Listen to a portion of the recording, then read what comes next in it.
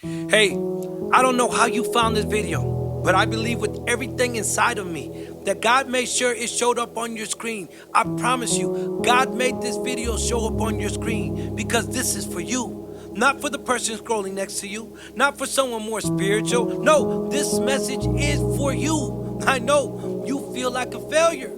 You feel like no matter how hard you try, nothing changes. Like you're stuck in a cycle of starting over, and each time the weight gets heavier, you're tired. Your soul is tired. You smile in front of people, but when the door closes and you're all alone, the tears don't stop. And the worst part, yes, you feel like God's disappointed in you. You feel like you're too broken. You feel like you're too far gone, too inconsistent. You think maybe he's moved on to someone more faithful, more strong, more holy. But hear me, that's a lie. Let me tell you a story. There was a man who bought a beautiful painting at a garage sale. It was torn, it was faded, it looked like trash. People laughed at him. Why would you buy that junk? But he didn't throw it away. He thought and brought it to a restoration expert. Slowly, carefully, they began to clean it, repair it, and underneath all the dirt and damage, it turned out to be a lost masterpiece worth over $10 million. You know what that tells me? Just because something looks broken doesn't mean it's worthless. In you, no matter how damaged you feel, listen up, pay attention. No matter how damaged you feel, you're still a masterpiece in the eyes of God. Isaiah 61:13 says this, 13 says this, to all who mourn, he will give a crown of beauty for ashes, a joyous blessing instead of mourning, festive praise instead of despair. God doesn't throw you away because you're hurting. He runs to you. He meets you in the middle of your failure. And when others see ashes, he sees beauty. People who looked at the prodigal and said, man, forget that boy. He's arrogant. He's prideful. He's rebellious. He's disobedient. Let him go already. Let him eat with the pigs already. That's how he felt. But no, his father ran out after him. His father didn't see him as a disaster. He didn't see him as a failure. He didn't see him as a messed up. He seen him as his son.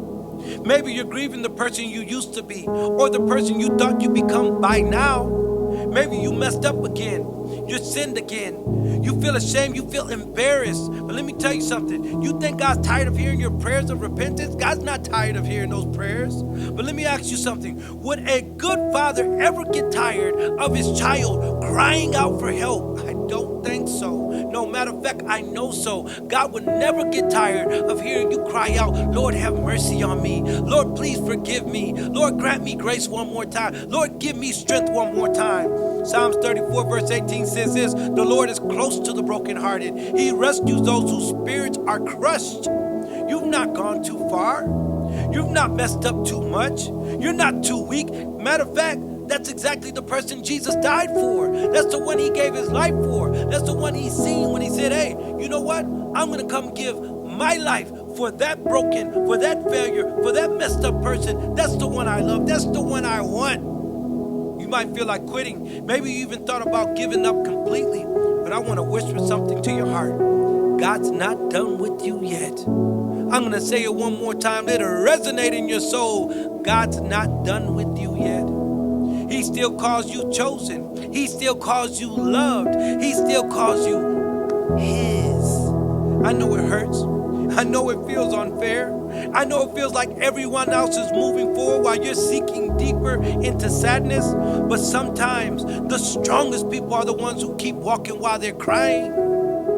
And sometimes God does his best work in the dark. Romans chapter 8 verse 28 says, and we know that all things work for the good of those who love him, who are called according to his purpose. Even this pain, even this heartbreak, even this wilderness season that you're in right now is working together for good. You might not see it now, but there's purpose in the pressure. Please don't give up. Not now, not today, because your story's not over. There's still a chapter where you're healed, a chapter where you overcome, a chapter where you smile again, not just on the outside, but deep inside of your soul. So what do you do now? What do you have to do now? You don't have to fix everything at once. No, that's not what God is telling you right now. Just come back to God. No performance, no mask, no spiritual resume. Just come. Cry if you need to. Scream if you must, but come. James chapter 28 says, draw near to God and he will draw near to you. He's not pushing you away. He's waiting. Eyes open, heart open, heaven open. And when you return, even if it's your 100th time, he still calls you his. You're not a failure. You're not forgotten. You're not rejected. You are loved by God who still believes in you, who still wants you, who still has a purpose for you. So lift up your head, child of God. Wipe away those tears, child of God. The King of Heaven still calls you worthy. If this message spoke to you, I don't want you to be silent. Let somebody else know in the comments. Share this with a friend who feels like giving up. And if you haven't subscribed yet, do me a favor. Subscribe to my channel. Make sure you hit that bell, turn on all notifications. You're not alone. You're not walking this journey alone. You're walking this journey together. God bless you. Keep on going. He's not finished with you yet.